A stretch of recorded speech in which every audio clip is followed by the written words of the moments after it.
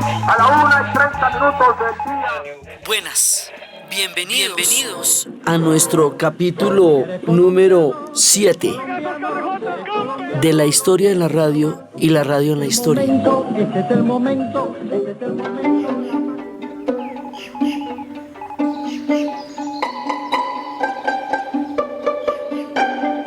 Hemos estado contando cómo la radio se fue instalando en el mundo, pero si hay un país donde la radio le viene como anillo al dedo, si hay un lugar donde la alquimia entre la tecnología y la geografía van a formar un concierto único, es Colombia. Porque la fragmentación de la geografía colombiana, el hecho de que la cordillera de los Andes se despliegue como una sola masa a lo largo del continente y cuando llegue a Colombia se monte en 3 ramales distintos, se divida en 3 ramales y esos 3 ramales engloben un país en una gran parte de su extensión, hace que meterse por esas cordilleras y esos valles y esas montañas sea un asunto sumamente difícil para muchas tecnologías que se desarrollarían incluso después. La radio logra vencer esos obstáculos.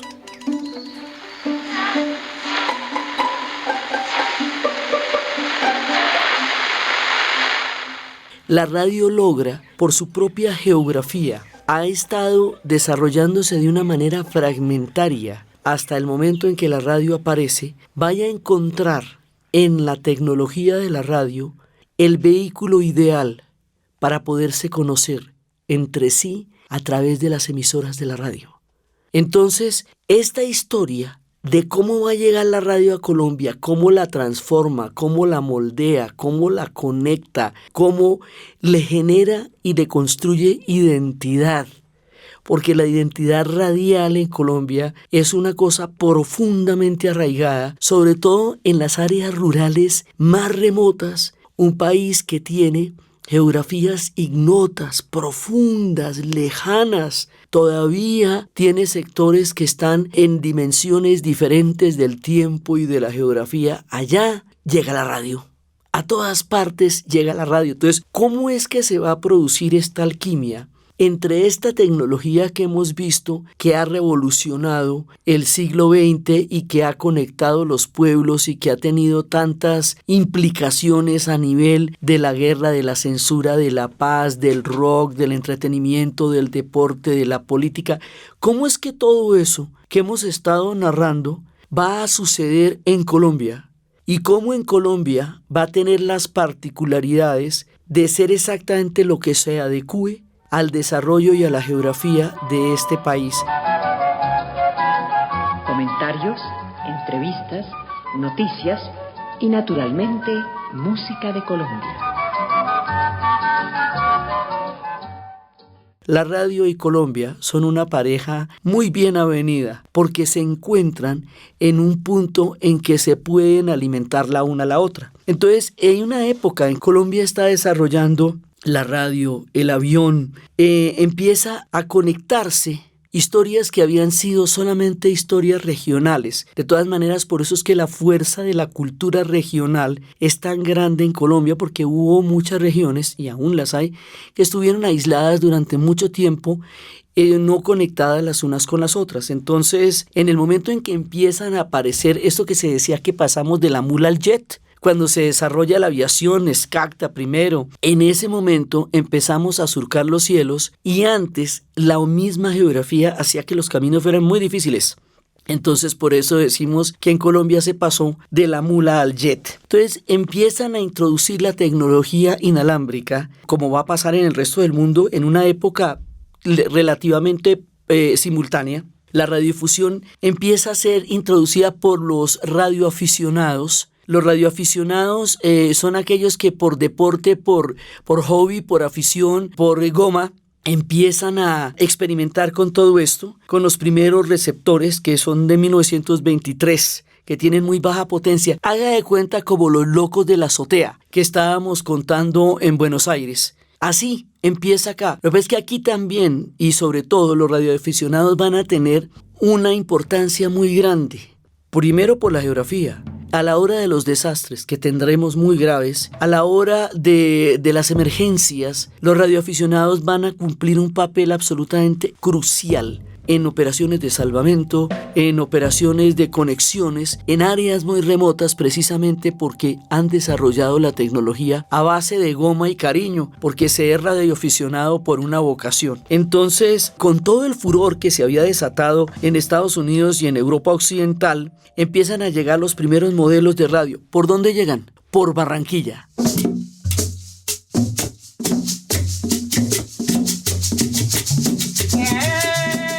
Para 1923, en la década de los 20 y 30, Barranquilla es la esquina del movimiento. Barranquilla es literalmente la puerta de oro de Colombia. Barranquilla es por donde llega todo. Todo es el gran puerto de Barranquilla, ese esplendor que todavía tiene ese aire poético de una Barranquilla soñada, de una Barranquilla esplendorosa. Es esa Barranquilla de los años 20 y los años 30, esa Barranquilla por donde llegó toda la migración árabe. Esa Barranquilla, la de los Juegos, ahora en la última edición de los Juegos Olímpicos del Caribe, Centroamérica y el Caribe, los barranquilleros hicieron en la presentación una reconstrucción de época de lo que era la maravillosa Barranquilla, por donde entraba todo, por donde venía todo. Y esto es importante recordarlo porque este es un país que precisamente por el tema de las montañas tan escarpadas tiende a pensarse solo desde la cordillera. Y resulta que la cordillera es una parte, pero es un país con mares y es un país con selvas y es un país con llanos y con trapecios, es un país con una geografía colosal y debe pensarse desde todas partes y de una u otra manera la radio nos ayuda a pensar que somos un país que tiene muchas geografías. Si eres colombiano, si eres colombiano, si eres colombiano, lo tienes que probar. Este es el momento.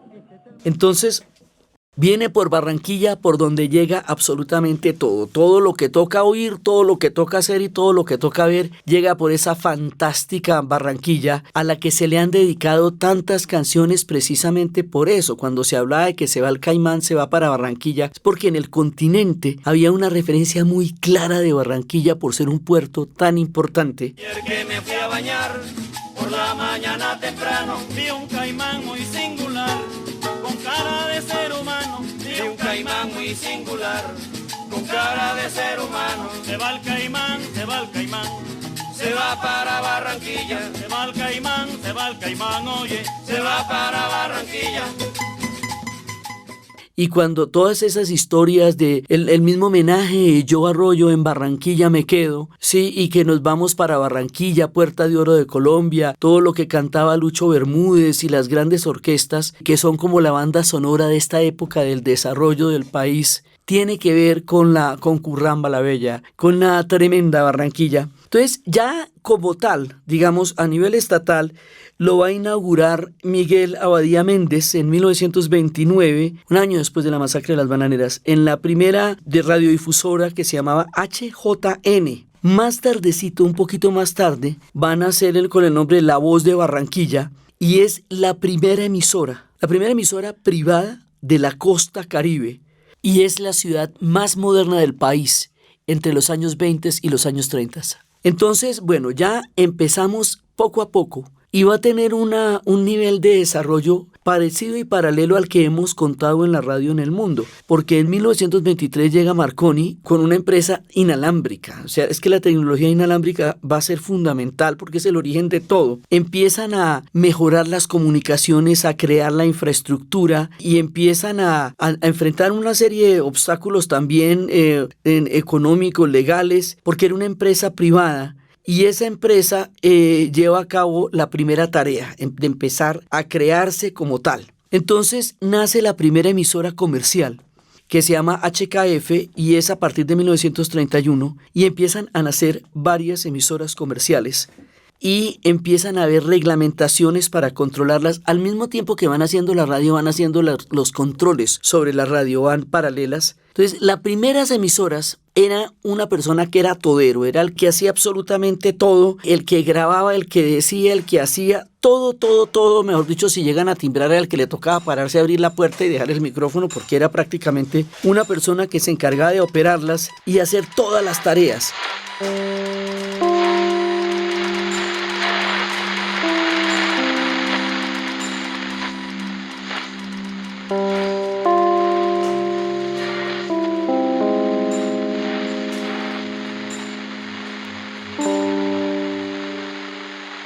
Entonces eso hacía que las emisoras solamente pudieran funcionar de manera intermitente, dependiendo de la disponibilidad de los recursos de los dueños, porque era muy difícil, porque pues era una sola persona haciendo todo.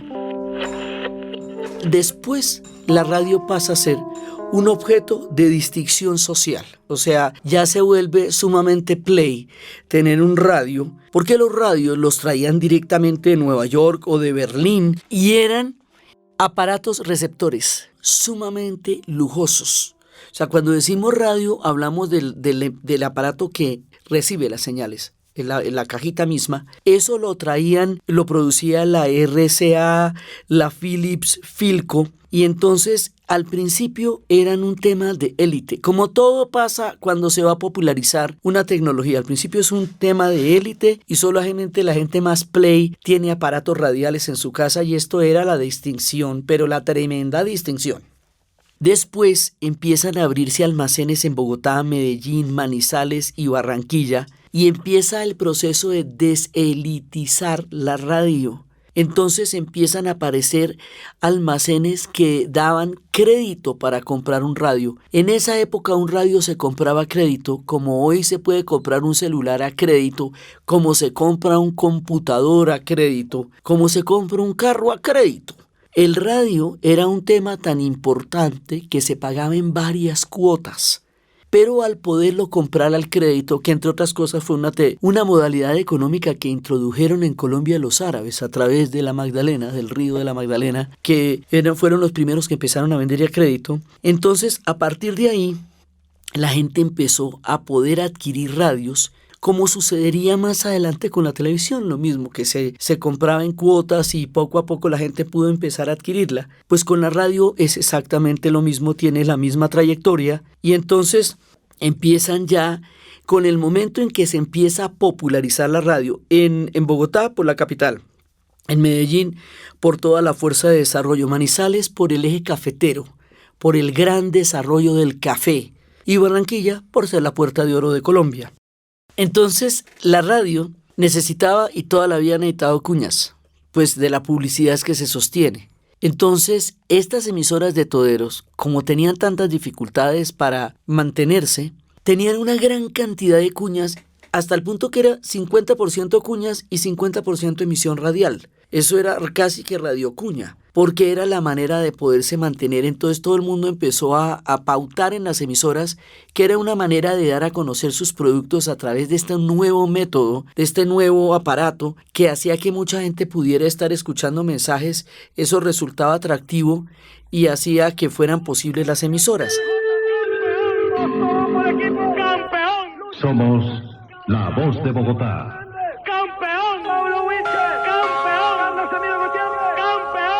Entonces, lo que hacían ellos era leer los periódicos, leer las noticias por la radio. Vamos montando uno por uno los géneros. Entonces vienen los noticieros. Entonces empiezan a leer las noticias y esto resulta bastante chévere porque escuchar las noticias por la radio hace mucho más fácil y digerible que leerlas para mucha gente que no es letrada, para otra gente que prefiere que se las cuenten, para un país que es oral, que tiene una oralidad, porque esa es otra de las condiciones que le va a dar a la radio tanto impulso en Colombia, la oralidad de un pueblo que fundamentalmente se reconoce es a través de la palabra. Entonces, que le lean a usted las noticias es bacano, porque usted va desayunando y le van leyendo las noticias y se las van contando. Entonces eso es chévere, y por allá en los sitios más aislados van llegando las noticias y eso está chévere. Pero entonces empiezan a pisarle los callos a los periódicos, que empiezan a sentir que la gente está prefiriendo escuchar las noticias más que ponerse a leerlas. El editorialista del Tiempo en aquella época, Frailejón, celebra una decisión en la cual le ponen una restricción a la radio que dice que las noticias solamente pueden ser leídas 12 horas después de que ocurran y aparezcan publicadas en los periódicos, para que no le hagan competencia a los periódicos, porque la gente prefería que se las contaran. Cuando la noticia se produce, extra. Entonces dice este comentario que pues queda muy chistoso con el paso del tiempo. Todo periodista, decía Frailejón en una columna del Tiempo, todo periodista ve con entusiasmo el justo decreto que el gobierno ha dado para que a la prensa no la saque la radio. Yo personalmente he antipatizado con aquel imbécil invento del diablo que llena la casa de anuncios baratos, discos viejos y chistes malos. Entonces, pues la radio, como todas las nuevas tecnologías, va a tener que enfrentar la resistencia de las ya existentes, y todo lo que pasa cada vez que viene un invento, entonces todo el mundo cree que eso va a amenazar el mundo como el mundo estaba. Y nos la pasamos renovándonos, innovándonos a punta de inventos que todo el mundo cree que amenazan el mundo como el mundo estaba, y resulta que el mundo sigue, no pasa nada. Entonces los periódicos son los primeros en timbrarse con la radio y en tratar de ponerle dificultades como esta de las noticias, pero igual la radio sigue. Entonces, ya para 1935 y 40, en estos años, la radiodifusión colombiana empieza a lanzarse a escala nacional. O sea, ya esto empieza a consolidarse de manera comercial, a tener relaciones profundas con los acontecimientos históricos, económicos y políticos del país. Entonces ya una cosa que era un experimento de radioaficionados, que luego empiezan a hacer ensayos de emisoras pequeñas y comerciales, se está empezando a volver una cadena nacional y ya empieza a dar cuenta de los acontecimientos históricos, políticos, económicos del país. Esto es muy importante porque finalmente será la radio la que encarne la historia viva del país. Entonces ya empiezan a dar cuenta de lo que está sucediendo a nivel de la industria, a nivel de las inversiones, y se da un proceso de profesionalización. Y fíjese que de todas maneras la radio hoy día usted le da los indicadores económicos. Eso, digamos, empieza desde ahí como que le está informando la situación de la economía. Pero viene otra parte de la radio que es bacanísima, que son las grandes orquestas radiales, los big bands. Los que eran como en ese momento la influencia que estaba teniendo el jazz y también era la influencia del big band del formato de Glenn Miller.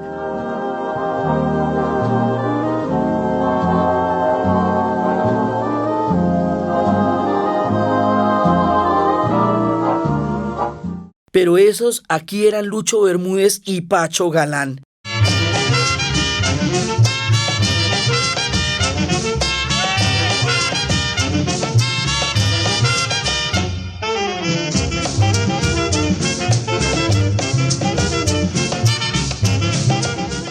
Que eran el ejemplo de esta situación. Quiere decir que en las emisoras radiales tocaban las orquestas en vivo. Y eso era una cosa, pues imagínense, para meter la orquesta de Pacho Galán o de Lucho Bermúdez entre una emisora para que suene tal cual. Entonces esto era ya para el cubrimiento de cosas muy importantes. Entonces eso va a dar también esa banda sonora de esa época, porque ellos estaban en las inauguraciones de los aeropuertos, de los ferrocarriles, que en una época hicieron un proyecto muy interesante de país que podríamos llegar a hacer si alguien tuviera la visión histórica de entender que los ferrocarriles tienen bastante que ver con que los países se integren como estados nacionales, pero en esa época lo sabía, y Pacho Galán y Lucho Bermúdez iban a las inauguraciones de toda la infraestructura de un país que se estaba formando, de un país que se estaba construyendo y del cual la radio estaba dando cuenta. Pero hay un antes y un después en esto también, y es un personaje radial, global, universal, icónico, símbolo de identidad, tanto de su tierra natal, que todavía está en disputa cuál es, como del continente mismo. La persona, digamos, la figura más célebre que podía haber en esa época en nuestro mundo era ni más ni menos que Carlos Gardel. Mi Buenos Aires querido, cuando yo te vuelvo a ver, no habrá más pena ni olvido. Carlos Gardel, que además hacía películas, que hacía presentaciones en todas partes, que era el dandy de la época, cuyas canciones realmente estremecían. Toda la música de Gardel va a significar un espejo de mirada de nuestra cultura de América Latina. Bueno, ni hablar del eje cafetero, de donde va a tener una raigambre hasta hoy día muy profunda, tierras tangueras y tierras de la música de Gardel. Pues este Gardel, que era lo que hoy sería el rockstar, pero así el rockstar de la época antes de que existiera pues esa figura, este Gardel tan querido, tan amado, tan entrañable, tan maravilloso, en su momento de esplendor, de gloria, en su punto más alto, muere en un accidente de aviación en Medellín. Y eso es la primera, esto es el 24 de junio de 1935, y eso supone la primera transmisión en cadena nacional. O sea, en que simultáneamente en toda Colombia llega la primera cadena, la primera transmisión, y en la muerte de Gardel, una periodista por teléfono empieza a narrar la muerte de Carlos Gardel. Esto fue tan impresionante que hubo gente que hasta se suicidó, lo mismo que cuando murió Javier Solís, porque no concebía su vida sin Carlos Gardel. Y Carlos Gardel entra en la leyenda. Él fue un hombre de radio. El mundo lo conoció también en una gran medida por la radio. Después hacía sus presentaciones, pero la radio fue el que le dio también toda su grandeza. Y como suele decir la leyenda, cada día canta mejor. Carlos Gardel, que hizo un antes y un después con su muerte, y decimos de su tierra de origen porque es que todavía se discute si nació en Argentina, si nació en Uruguay. Eso sigue siendo una pelea hoy día, pero murió en Medellín. Y el hecho de que él hubiera muerto en Medellín va a dar esa raigambre tan profunda, como todo el eje cafetero y el mundo paisa, digamos, tiene una filiación impresionante con el tango, así muy muy grande, incluso digamos como zonas enteras donde el tango es una manera de vivir y de ser y de entender, pasa en nuestro país por Gardel y por la radio. Y otro hecho que va a tener una cobertura nacional, ya digamos empiezan a tener los primeros acontecimientos históricos que van a enlazar a Colombia simultáneamente con las cosas que están pasando. Y eso es donde les digo que empezamos a conectarnos a través de hechos radiales. Es la guerra contra el Perú. La guerra entre 1932 y 1933, que va a marcar una serie de hitos, pues digamos, empezar a volver a construir una armada que no existía desde el siglo pasado, que los sanandresanos trajeron porque eran los únicos navegantes, que los pastusos pelearon, que digamos, eso va a generar una serie de dinámicas que determinó el nacimiento de departamentos como el Caquetá para generar soberanía en el terreno de la Amazonía a medida que se veía que estos límites difusos entre Colombia y Perú debían quedar muy claros a partir de esta guerra. Todo esto es un hecho radial porque va a empezar a ser transmitida desde ahí.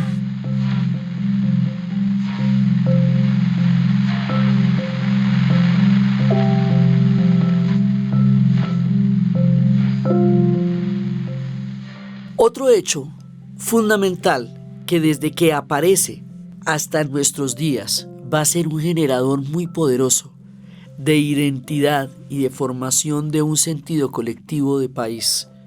Aquí, como en el resto del mundo, es el deporte. Las condiciones de Peppermint Filter se evidenciaron cuando se recuperó. Cuando el deporte llega a la radio, eso es una combinación impresionante porque aquí vamos a desarrollar un estilo y una presencia y una manera. Entonces, en ese momento se va a dar los Juegos Bolivarianos, los primeros Juegos Bolivarianos por el 4º centenario de Bogotá en el mes de agosto de 1938.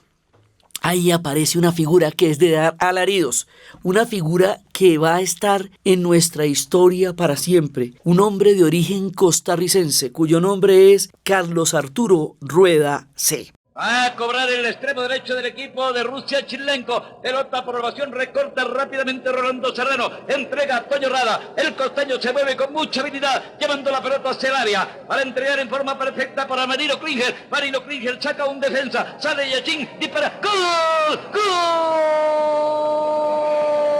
De Colombia. Marino Klinger se empató el partido. 4-4. Carlos Arturo, en 1934, tenía 16 años y se fue a la oficina principal de La Voz de Bogotá y ofreció transmitir una pelea entre Francisco Pérez y Bill Scott, una pelea de boxeo, pero lo particular fue que se metió debajo de un escritorio y la transmitió sin estar imaginándola. O sea, empezó a transmitir una pelea que no estaba ocurriendo de una manera absolutamente dinámica, sin estarla mirando, simplemente con imaginarla.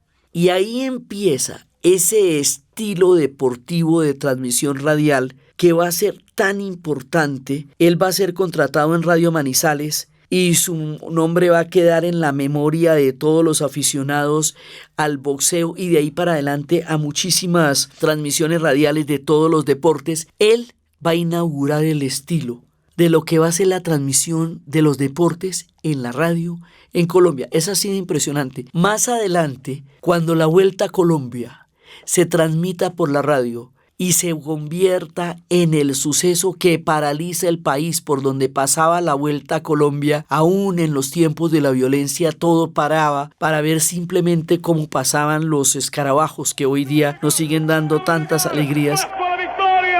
Cruz del Norte, en Alfonso Gutiérrez, contra el líder, Cruz Herrera, campeón de la Vuelta. Y resulta que más adelante había momentos en que la misma geografía hacía que hubiera puntos en donde no se podía ver lo que estaba pasando porque los transmóviles no llegaban allá, los automóviles no podían seguir lo que estaba pasando, entonces se lo inventaban. Al segundo viene Pachón, Niño de tercero, atrás Niño, viene Escobita, pasa Niño de segundo, sobrepasó Pachón, pero va a ganar Escobita, entra sobre él. Y transmitían etapas enteras que nadie estaba viendo porque no podían llegar allá donde estaba la etapa de la bicicleta. Entonces, este estilo de Carlos Arturo de mezclar la realidad y la ficción va a ser una parte importante que no es exactamente una invención, porque está pasando. Lo que pasa es que usted no lo está viendo directamente, no es que no esté pasando, está pasando. Usted no lo puede ver directamente porque usted no se podía meter allá en esos barrizales tan impresionantes donde estaban las etapas de la Vuelta a Colombia. Entonces todo este deporte frenético, la narración de los partidos de fútbol, la narración de las etapas de ciclismo, todo este frenesí que a Colombia la paralizaba y la paraliza hoy día todavía, porque la costumbre inclusive actual de apagar el sonido del televisor y escuchar por la transmisión radial el partido que usted está viendo, porque lo está viendo, todavía se usa en muchas partes. La gente le gusta es de la transmisión radial. La radio se instala en el inconsciente colombiano y se vuelve la manera como un país se referencia a sí misma. Entonces, el gobierno empieza a controlar las actividades de la radiodifusión y en 1936 pone la ley 198 que empieza a apoyar las telecomunicaciones. Entonces, toda la transmisión radial, recepción, signos, señales, escritos, imágenes, sonidos, toda la naturaleza de los hilos conductores, radio y otros sistemas y procedimientos de señales eléctricas o visuales. Esto es, digamos, el papel del Estado en el desarrollo de las telecomunicaciones y la va a convertir en una gran experiencia, y la radio empieza también a verse inmersa en todo lo que pasara. Entonces, en la época de la violencia conservadora y liberal, que si bien va a llegar a su punto más terrible, digamos, a partir del 48, esto se venía dando desde 1936. Y entonces existían emisoras, digamos, totalmente partidistas. Y entonces existía la voz de Colombia, y había emisoras en Cali, y había emisoras de propaganda conservadora y emisoras de propaganda liberal. Entonces empezó a haber, digamos, una intervención del gobierno para que no hubiera una transmisión tan absolutamente partidista. Porque si nos parece que el país hoy está polarizado, mira, esto es una guardería de niños bravitos al lado de lo que era el país en los tiempos de la confrontación entre liberales y conservadores. Eso era una cosa muy, muy, muy tenaz. Y en la radio, esto se veía de una manera pues muy brava. Entonces empezaron a intervenir para que no hubiera emisoras, digamos, propagandísticas. Vamos a entender propaganda aquí como propaganda política, a diferencia de las comerciales. O sea, a diferencia del anuncio de un producto, esto es una manera de difundir una idea política de manera agitada, ¿no? O sea, como con fines completamente, en algunas ocasiones incendiarios, porque también lo llegó a hacer. Entonces, la idea era que se estaba tratando de controlar eso porque esto estaba bastante subido de tono. Estaba, digamos, fuerte. Entonces el gobierno trata por un lado de implementar todas las telecomunicaciones y por el otro lado trata de intervenir que las cosas tengan algún tipo de moderación, porque pues era tan loca como son las redes, ¿ve? Entonces, así como en las redes todo el mundo va y dice lo que le viene de las narices, y entonces todo el mundo dice, uy, no, pero es que las redes, todo el mundo se volvió loco con las redes. Pues todo el mundo se volvía loco con la radio igual. ¿Sí? Porque es que el tema no es el vehículo de la comunicación, el tema es la naturaleza humana. Y en la naturaleza humana, para chiflarse, se chifla en las redes, como en la radio, como en la televisión, como en la internet. Eso dígame no más. Entonces, en esta época, la radio era la locura furiosa y eso, ay, como hoy son las redes, igual que hoy todo el mundo dice, no, que las redes se volvieron locas, que quién controla eso. Pues con la radio pasaba lo mismo. Pero hay un punto en que la radio va a jugar un papel tan importante que de ahí en adelante va a crear una impronta entre los colombianos que entre muchas generaciones todavía sigue siendo un referente fundamental. El 9 de abril. En 1948, el 9 de abril, cuando el asesinato de Jorge Eliezer Gaitán, el líder popular, Jorge Eliezer Gaitán era un hombre radial. Era un hombre de un carisma y de una oratoria y de una propuesta de país que en ese momento era tremendamente novedosa. Yo no soy yo personalmente, yo soy un pueblo que me sigue, porque se sigue a sí mismo. Nosotros somos una corriente revolucionaria de justicia en marcha. Y las nóminas del presupuesto no son lógicas que puedan atajar los designios de la historia. Un personaje que podemos equiparar con Getúlio Vargas en el Brasil, con el fenómeno de lo que era Getúlio Vargas. Lo que pasa es que Jorge Eliezer Gaitán no tuvo la oportunidad de llegar al poder como llegó Getúlio. Entonces no sabemos cuál hubiera sido su proyecto de haber llegado al poder. O como Juan Domingo Perón en la Argentina, un hombre que desataba la adoración de la masa, un hombre que desataba un nivel de fe y de esperanza en su figura como caudillo de las clases populares, de una nueva expresión de otro tipo de países que estaban intentando nacer simultáneamente en climas de extrema polarización como lo había en esa época, un hombre al cual hay ligado un gran espíritu de esperanza y, bueno, por supuesto, toda clase de leyendas políticas. Pero el asesinato de Jorge Eliezer Gaitán es como un baldado de agua fría en una nación que tenía una apuesta histórica y política a la figura de Jorge Eliezer Gaitán. Hasta ahí es un hecho político, pero ¿cómo se vuelve esto un hecho radial? ¿Y por qué la radio se parte en dos desde ahí? Porque es que resulta que, como ya tenemos una difusión nacional, como ya hace rato están montadas, llegamos, las emisiones en diferentes zonas del país, algo que ocurrió en Bogotá se va a conocer en simultánea en todo el país por la radio, porque empiezan a decir en la radio, mataron a Jorge Eliezer Gaitán. Y eso va a desatar una escalada de violencia en la ciudad de Bogotá que se conoce históricamente como el Bogotazo.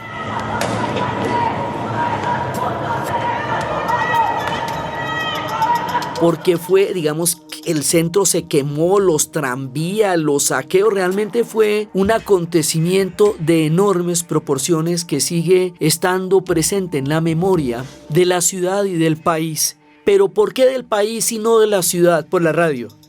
A la 1:30 del día 9 de abril de 1948, a la abril de 1948, entre las 6:14:15 fue asesinado por un policía conservador, el doctor Jorge Eliezer Gaitán, por órdenes del Partido Conservador y del gobierno conservador. Porque la radio fue la que le comunicó a todo el país que había sido asesinado Jorge Eliezer Gaitán. Algunos liberales radicales se tomaron las emisoras y empezaron a transmitir lo que estaba ocurriendo e incluso llegaron a instar a que se tumbara al gobierno que en ese momento estaba en el poder. Esto fue como una especie de campanazo de alerta para el gobierno para intentar intervenir las emisoras. Y empezaron a transmitir todo lo que estaba pasando por la radio. O sea, la radio va a ser tan importante que tomarse las emisoras radiales, esto igual en Colombia que en el mundo, va a ser un hecho fundamental para marcar momentos políticos de las naciones. Como guardadas las diferencias enormes, lo vimos en el tema de la Revolución de los Claveles en Portugal, pues es que se tomaron las emisoras. Y al tomarse las emisoras empezaron a transmitir lo que estaba pasando y eso contribuyó también a una onda de agitación por todas las consecuencias del magnicidio que se fue expandiendo y esos recuerdos van a ser lo que quede en la memoria colectiva del bogotazo. La gente recuerda lo que pasó el 9 de abril por la radio. La gente recuerda encerrada en su casa, escuchando la radio, contándole lo que estaba pasando en las calles. Y a partir de ahí, la radio se entroniza como el lugar por excelencia donde se escucha lo que está pasando en la calle. Y a partir de ahí viene una costumbre muy arraigada entre los colombianos, que es la de prender la radio para saber qué está pasando en las noticias. Tiembla, prenden la radio para ver si está temblando. Viene cualquier rumor, prenden la radio para ver si es cierto. Incluso en épocas en que ya la televisión se había instalado profundamente en los hogares colombianos y en el país en general, la gente veía una noticia por la televisión y prendía la radio para ver si era verdad. Porque la radio se vuelve la verificación de la historia.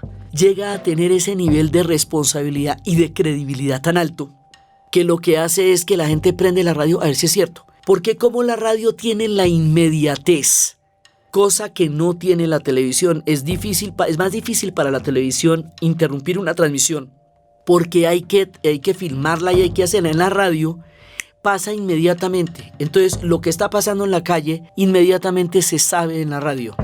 Esa inmediatez, ese contacto directo, caliente, con la realidad de lo que está pasando, es lo que le va a dar a la radio, por antonomasia, el vehículo de transmisión de la historia de un país. De ahí, por supuesto, su enorme responsabilidad, porque la gente le cree a la radio. Entonces, el 9 de abril se convierte en el hecho a través del cual la gente reconoce, recuerda e identifica lo que pasó por las noticias radiales. Porque todo el mundo está pendiente, por las radios prendidas en todas partes, de lo que está pasando el 9 de abril. Y lo que está pasando el 9 de abril habría de cambiar nuestra historia en dos y habría de constituirse en un referente político obligado para entender la historia de nuestro país, desde la violencia, el caudillismo, una gran cantidad de fenómenos que todavía forman parte de nuestra historia, se desatan en ese 9 de abril como un hecho radial.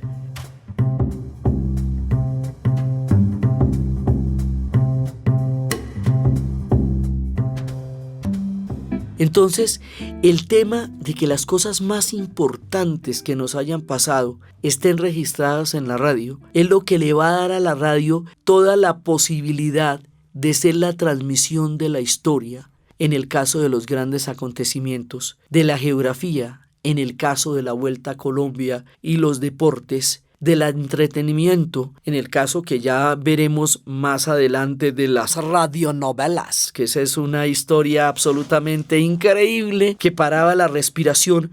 Poco a poco la radio se va tomando el espacio colectivo de un país y va tomando toda la importancia. Y es también en esta misma época, en 1948, cuando empiezan las grandes cadenas radiales como Caracol y RCN. Por eso las dos, RCN, Radio Cadena Nacional, y Caracol, Cadena Radial Colombiana. Estas y Todelar también, estas emisoras, pero sobre todo Caracol y RCN, nacen en 1948. Esas emisoras, en este momento del relato, para el 2018 en el que estamos contando este podcast, están cumpliendo 70 años. Porque es en ese momento en que empiezan a aparecer el fenómeno de las cadenas radiales. Es decir, antes había varias emisoras, pero el hecho de que las emisoras funcionen como una cadena, es decir, que una emisora tenga, digamos, como una transmisión que se pueda dar a través de varias estaciones en todas las ciudades, con un criterio, digamos, unificado. Esos son esas dos emisoras, RCN y Caracol. Y más adelante, en el 57, es donde va a aparecer Todelar, el circuito Todelar de emisoras. Y es a través de las emisoras radiales que se va a construir la memoria colectiva. Entonces la gente va a recordar todo a partir de lo que escuchó en la radio, y la radio es la que le va a dar como una especie de materialización de la realidad a la historia en la medida en que lo escuches en la radio. Entonces se va a dar toda una memoria radial y empiezan a registrarse todos los hechos. Y ahí empieza una política de archivo que obligaba a las emisoras a guardar todo lo que transmitiera, eso todavía existe, para que los programas que fueran emitidos al aire se pudieran después volver a mirar a ver si había necesidad de revisar algún hecho, porque de todas maneras un poder de estos, pues es una cosa muy grande en un país. Y el gobierno necesitaba estar atento a lo que se estaba transmitiendo radialmente, sobre todo después de lo ocurrido el 9 de abril. Entonces cualquier cosa que sea transmitido por la radio tiene que poderse verificar para ver si eso sí ocurrió. Por eso hoy día todavía la práctica de grabar absolutamente todas las emisiones radiales, eso está ahí grabado siempre, porque siempre se tiene que poder revisar qué es lo que pasó. Entonces aquí la radio queda convertido en un poder histórico, geográfico, cultural, de formación de identidad, de deportes, de noticias. Ya tenemos una estructura que hace que un país se vuelva un país radial. Cuando empezamos este podcast, estamos en un país geográficamente fragmentado por una cadena montañosa colosal que se trifurca en nuestro territorio.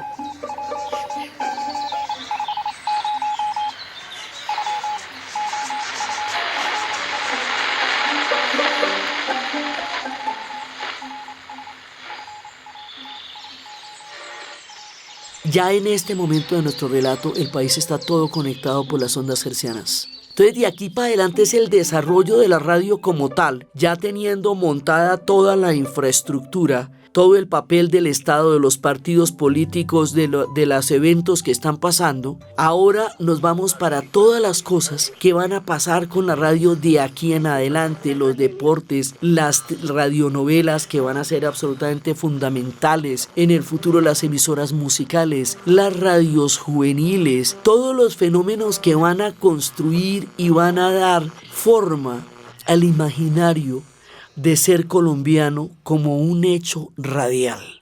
Eso es lo que le vamos a contar en el siguiente episodio, pero nuestro siguiente episodio sale en enero, porque se acaba el año. Entonces vamos a tener un podcast el 24 de diciembre, un bonus track, única y exclusivamente dedicado a la radio en Navidad. Es digamos como nuestra manera de hacer este regalo de Navidad y de participar del espíritu navideño en la radio, que va a ser importantísimo porque para nosotros también la Navidad y el Año Nuevo es un hecho radial, porque faltan 5 para las 12 y el año va a comenzar y voy corriendo a mi casa a saludar a mi mamá. Entonces todas estas historias que hacen que nosotros sepamos que empezó la Navidad no solamente por la gran cantidad de luces que vemos en la calle, sino porque empiezan las emisoras a contar que empezó la Navidad. es lo que vamos a contar en el último podcast del 2018, que es la Navidad en la radio. Y estas historias de la radio en Colombia y de cómo nuestro país se va a convertir en un hecho radial en sí mismo, es la que vamos a continuar en enero, cuando volvamos para el país para el 2019, año además bicentenario, y empecemos a contar historias de la radio en Colombia.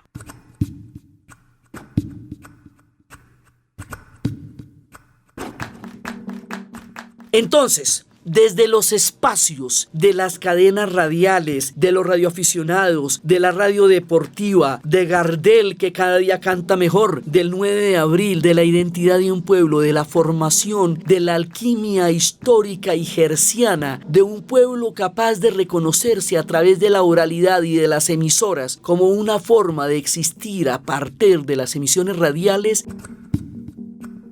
En la narración, Diana Uribe. Y para ustedes, feliz día cualquiera que este día sea. Este podcast fue posible gracias al equipo de la Casa de la Historia, Arturo Jiménez, Diana Suárez, Milena Beltrán. Fue grabado en Tambora Records por Nicolás Eckart, editado por César Torres y siempre con la ayuda fuerte y poderosa de Santiago Espinosa Uribe y Laura Rojas Aponte del podcast Cosas de Internet.